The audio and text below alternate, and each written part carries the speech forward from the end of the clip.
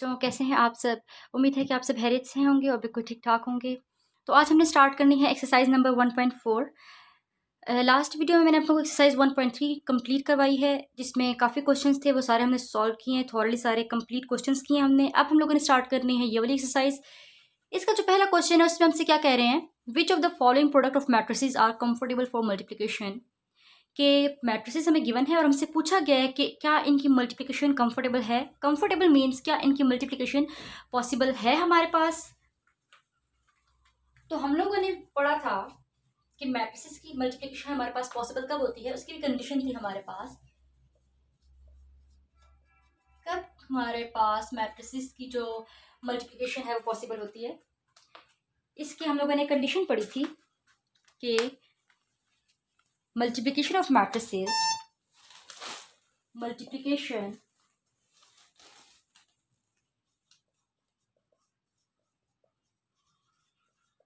of two matrices A and B matrix are possible if multiplication दो matrices की, और वो दो मैट्रिसेस कोई हमारे पास दो मैट्रिसेस जो है वो ए और बी मैट्रिसेस हैं, उनकी मल्टीप्लिकेशन हमारे पास पॉसिबल है if number of column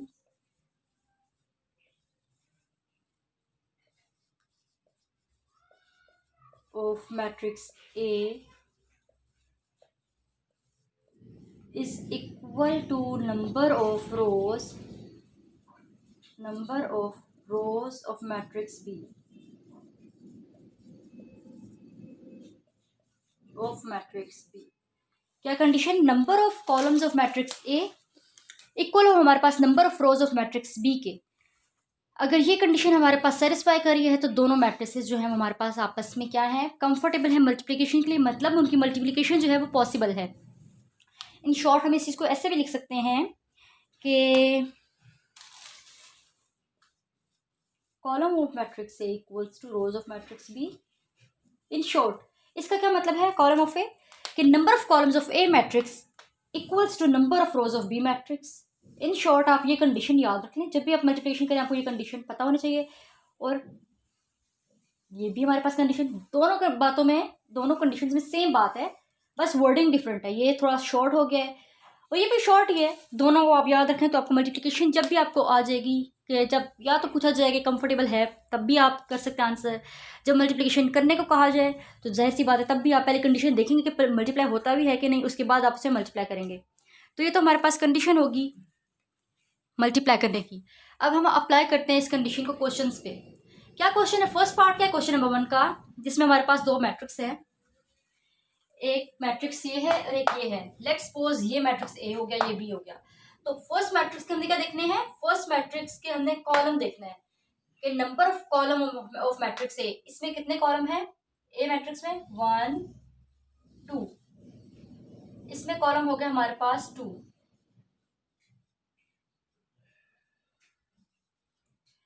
number of rows of matrix B, matrix B में नंबर ऑफ रोज कितनी है हमारे पास? 1 रो 2 रो। तो इसमें हमारे पास नंबर ऑफ रोज जो है वो हो गई 2। तो number of column of matrix A equals number of rows of b. So इस क्वेश्चन का आंसर हमारे पास क्या हुआ? Yes, multiplication is possible. आप क्या लिखेंगे? Yes, multiplication is possible. Multiplication हमारे पास पॉसिबल है। सिर्फ यस भी लिख सकते हैं, सिर्फ या फिर यस के साथ आप ये भी लिख सकते हैं, पॉसिबल लिख सकते हैं, कंफर्टेबल लिख सकते हैं, जो चाहे आप लिख सकते हैं। एक ही मतलब है दोनों बातों का। यस, मल्टीप्लिकेशन इज पॉसिबल लिखने हैं, अभी हमने और तरह से लिखने, तो आप यहाँ पे लिख लें multiplication is possible. Yes, multiplication is possible. ठीक हो गया। अगर आपने यहाँ से लिखना हो तो लिखेंगे yes matrices are comfortable for multiplication. अगर आपने क्वेश्चन में से लिखना हो इस तरह भी लिख सकते हैं, ये चीज भी लिख सकते हैं। ठीक हो गया। नेक्स्ट क्वेश्चन देखते हैं। नेक्स्ट क्वेश्चन में हमारे पास नंबर ऑफ कॉलम कितने हैं? 1 2। तो नंबर ऑफ कॉलम हमारे पास यहाँ पे जो है वो हो गए 2। नंबर ऑफ रोज कितनी है? 1 रो 2 रो। नंबर ऑफ रोज हमारे पास यहाँ 2 हो गए, तो इसकी मल्टीप्लिकेशन भी हमारे पास पॉसिबल होगी। तो इसका आंसर हमारे पास क्या होगा? यस मल्टीप्लिकेशन इज पॉसिबल, इसका आंसर भी हमारे पास ही है, यस मल्टीप्लिकेशन इज पॉसिबल।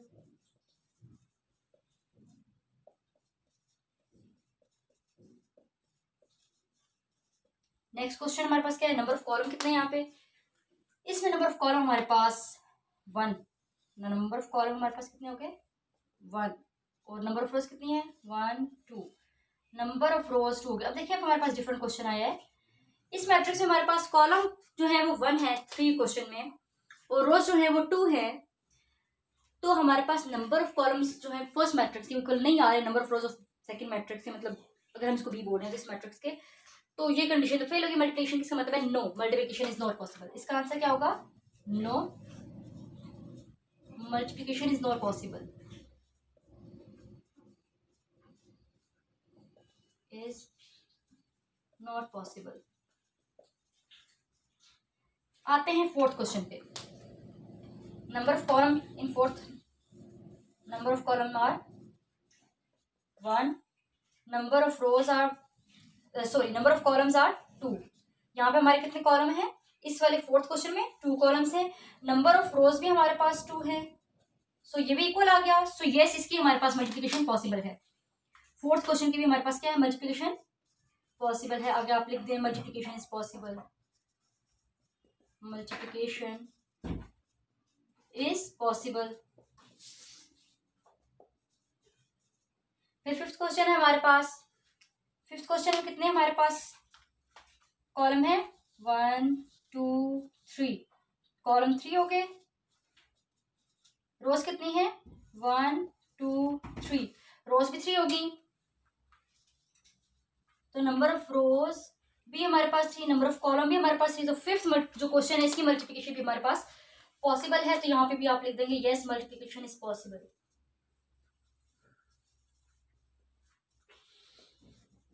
ये तो हमने देख लिया कि क्या मल्टीप्लिकेशन की पॉसिबल थी, ये तो हमने वो चीज देख ली,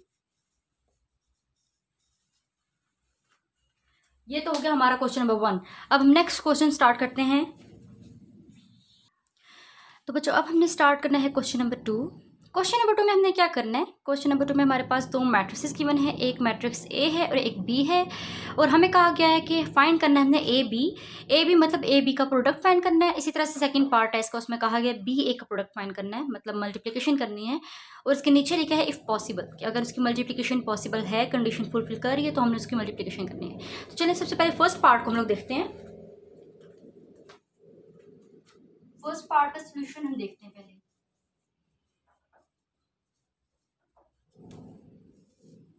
फर्स्ट पार्ट है ए बी, मतलब ए मैट्रिक्स और बी मैट्रिक्स को मल्टीप्लाई करना है और देखना है कि क्या इसकी मल्टीप्लिकेशन पॉसिबल है। मैं लिख के चेक कर लेती हूँ, ए मैट्रिक्स पे मैंने लिखा बी मैट्रिक्स, क्या कंडीशन थी हमारे पास, number of column of matrix A equals to number of rows of matrix b, तो number of column a matrix में कितने हैं 1 2, तो नंबर ऑफ कॉलम्स जो हैं ए मैट्रिक्स में वो हैं 2, number of rose 1 2, number of रोज भी हमारे पास 2 है, सो इक्वल आ गया, सो ठीक हो गया, ये हमारे पास मल्टीप्लिकेशन पॉसिबल है, ये मल्टीप्लिकेशन तो हमारे पास पॉसिबल है। हम मल्टीप्लिकेशन स्टार्ट करते हैं,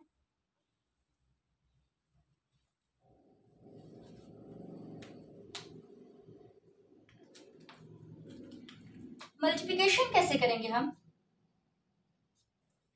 जब भी 2 मैट्रिसेस को मल्टीप्लाई करना होता है हमने, तो हम उसकी मल्टीप्लिकेशन ऐसे स्टार्ट करते हैं कि पहले मैट्रिक्स की फर्स्ट रो को मल्टीप्लाई करते हैं सेकेंड मैट्रिक्स के फर्स्ट कॉलम के साथ, ठीक है। तो मैंने क्या किया, पहले मैट्रिक्स का जो है, पहले मैट्रिक्स की जो फर्स्ट रो है मेरे पास, इसको फर्स्ट कॉलम के साथ मैंने मल्टीप्लाई करना है, कैसे, हर एक इंट्री के साथ। इस 3 को मैं मल्टीप्लाई करूंगी 6 के साथ, फिर डालूंगी बीच में, दरमियान में साइन आ जाएगा प्लस का, और फिर इस जीरो को मल्टीप्लाई करूंगी इस 5 के साथ, तो ये हो गया मेरे पास ब्रैकेट पर।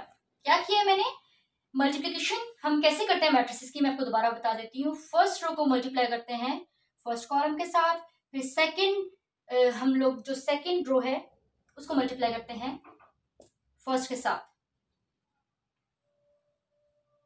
तो अब मेरे पास क्या है, सेकेंड को फोर्थ के साथ कर दूंगी, -1 into 6 plus 2 into 5 -1, 3 6 18 plus 5 0 0, 6 1 6, minus का साइन, 2 5 10, ये बीच में प्लस का साइन है।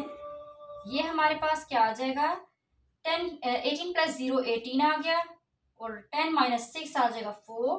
तो ये हमारे पास किसका आंसर आ गया, ये हमारे पास ए बी मैट्रिक्स का आंसर आ गया 18 4। ए बी मैट्रिक्स का आंसर हमारे पास क्या आ गया है, 18 4। ठीक हो गया।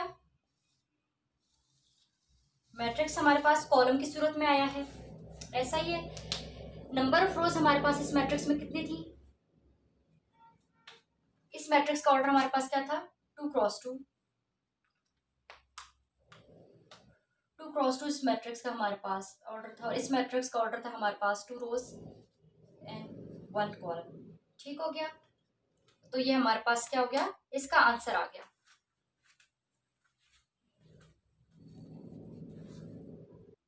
अब हम पार्ट बी को सॉल्व करते हैं।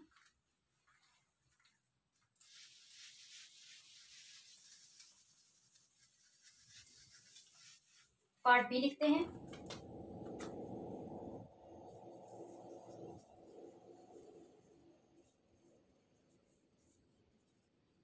पार्ट बी बी ए, पहले हमने लिखना है मैट्रिक्स बी, बी मैट्रिक्स हमारे पास 6 5, फिर हमने लिखना है मैट्रिक्स ए, ऐसा ही है 3 -1 0 2। अब हमने चेक करना है इस कंडीशन को।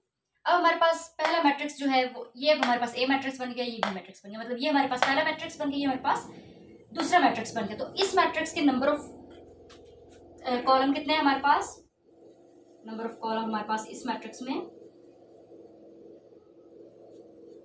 1 है।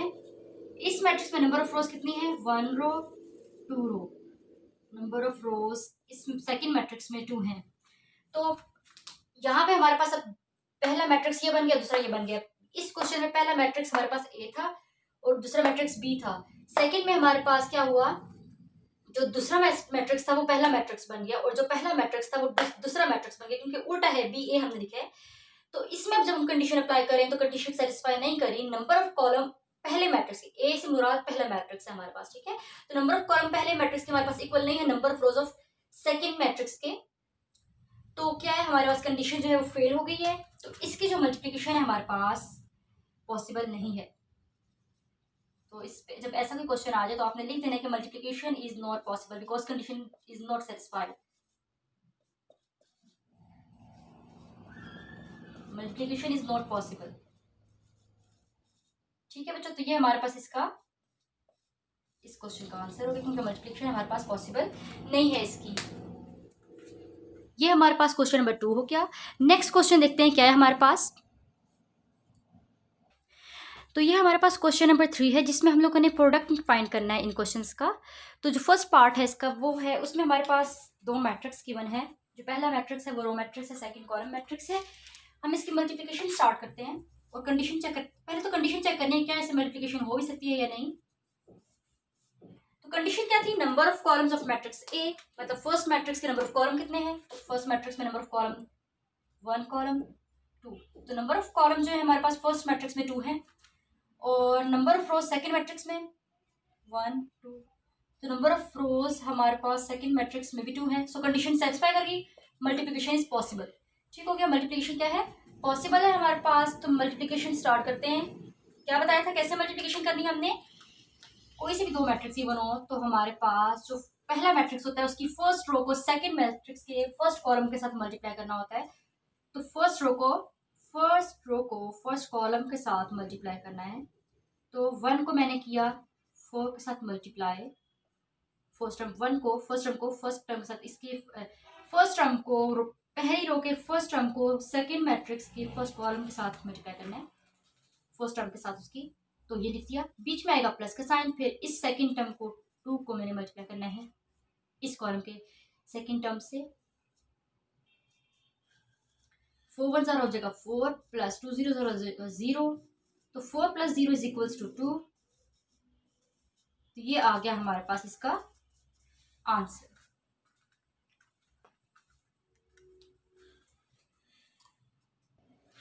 मैंने यहाँ पे 2 लिख दिए, यहाँ पे हमारे पास 4 है।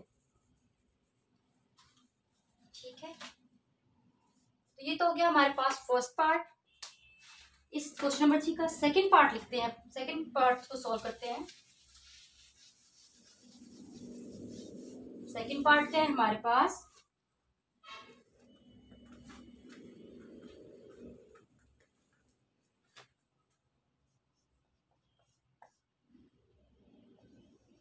वन टू 5 -4, और इसका हमने सोल्यूशन फाइंड आउट करना है, इसका हमने प्रोडक्ट निकालना है। ठीक हो गया, तो इसका भी सेम प्रोसीजर है। फर्स्ट रो को फर्स्ट कॉलम के साथ मल्टीप्लाई करना है। तो 1 को मैंने मल्टीप्लाई किया 5 के साथ, +2 को मैंने मल्टीप्लाई किया -4 के साथ। फर्स्ट रो को फर्स्ट कॉलम के साथ मल्टीप्लाई कर दिया, बीच में प्लस का साइन आ गया, 5 + 5 प्लस -4 = 8, ये मेरे पास आ जाएगा -3। तो ये आ गया आंसर। ये तो हो गया इस क्वेश्चन नंबर 3 का पार्ट 2। मल्टीप्लिकेशन बहुत आसान है बच्चों, बस कुछ कंडीशंस हैं उनको समझना है, तो मल्टीप्लिकेशन हमारे लिए बहुत ईजी हो सकती है। एग्जाम्स में ये वाले क्वेश्चंस शॉर्ट में भी आते हैं और लॉन्ग में भी आते हैं मैट्रिसेस में से, तो इसकी अच्छी तरह से प्रैक्टिस कर लें। उम्मीद है आपको ये वाला लेक्चर समझ आ गया होगा। बाकी के सब क्वेश्चंस और इस एक्सरसाइज के बाकी 4, 5, 6 क्वेश्चंस मैं आपको नेक्स्ट वीडियो में कराऊंगी। तो मिलेंगे नेक्स्ट वीडियो में बच्चों, तब तक लिए अल्लाह हाफिज़।